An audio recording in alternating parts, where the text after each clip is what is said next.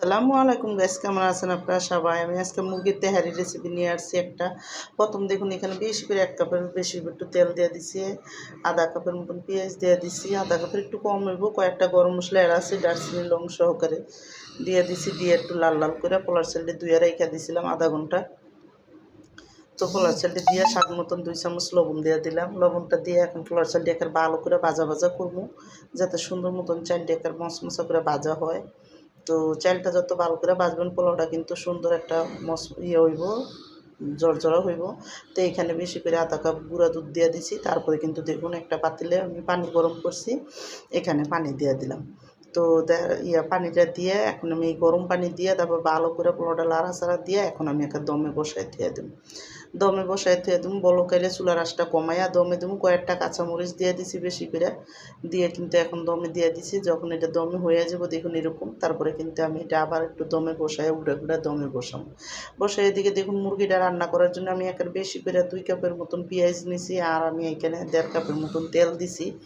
দিয়ে কিন্তু এই পেঁয়াজটা ভালো করে, পেঁয়াজের সাথে আমি একের বেশি করে কাঁচামরিচ পাইরা দিছি, কারণ আমি আজকে তেহারিটা রান্না করবো কোনো লাল মরিচ দেবো না, কাঁচামরিচ দিয়েই। তো দিয়ে কিন্তু যখন একটু ভাজা ভাজা হয়েছে আমি এখানে 6-7 চামচ আদা রসুন বাটা দিয়ে দিলাম। কালো আর সাদা গোলমরিচের পাখি 2 চামচ দিয়ে দিলাম। গরম মশলার গুঁড়া 2 চামচ দিয়ে দিলাম। এখানে ধনিয়ার গুঁড়া 2 চামচের বেশি। তারপরে এখানে জিরার গুঁড়া দিয়ে দিলাম 1 চামচের বেশি। আর একটু জায়ফল জৈত্য বাটা দিয়ে দিছি। দিয়ে কিন্তু অল্প করে পানি দিয়ে ভালো করে মশলাটা কষামো। স্বাদ মতো লবণ দিয়ে দিলাম 2 চামচ। দিয়ে কিন্তু মশলাটাকে ভালো করে কষাইতে হইব, যাতে মশলাটাকে এরকম তেল তেল উঠতে যাবো। তারপরে কিন্তু দেখুন আমি এখানে মুরগিটা নিয়ে নিছি। তো আমি দেশি মুরগি দিয়ে আজকে তেহারি বানাইতেছি, আর এখানে দেশি মুরগির সাথে একসাথে আমি আলুটাও দিয়ে দিই। তো এখানে আলু আর মুরগিটা দিয়ে একসাথে ভালো করে আমি কিন্তু এখন এই মুরগিটা একটু মশলার সাথে একটা ভালো করে মিলাই দেবো, যাতে সুন্দর মতন মশলার সাথে মুরগিটা মিলে।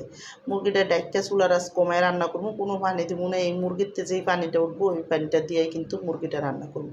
যখন দেখুন মুরগিটা এদিকে পুরো কষান কষান হয়ে গেছে, আলুটা গলে গেছে, তখন 2 টুকরা লেবু আমি এখানে চিপড়ে দিয়ে দিছি, কদ্দুর গুঁড়া দুধ দিয়ে দিছি। দিয়ে একটু ভালো করে এখন একটু মশলাটা কষাইয়া আমি পোলার মধ্যে দমে দিয়ে দেবো।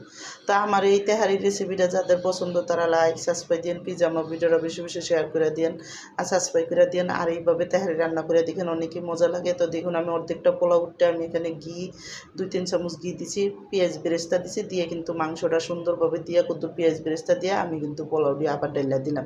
তো পোলাওটি ডাইলা এখানে সুন্দর মতন ইয়ে করে আমি কিন্তু আবার দেখুন এখানে ঘি 2-3 চামচ দিয়ে দিলাম। দিয়ে কিন্তু পেঁয়াজ বেরেস্তা দিয়ে দমে থুয়ে দিছি। দেখুন দমে থোয়ার পরে যখন সুন্দরভাবে পোলাওটা একটা দমে হয়ে গেছে, তারপরে কিন্তু উল্টায় পুড়ায় আমি পোলাওটা এখন নামাই দেবো। আমার কিন্তু পোলাওটা পুরো সুন্দরভাবে রান্না হয়ে গেছে। ঘরোয়া মশলা দিয়ে এরকম পোলাও রান্না করে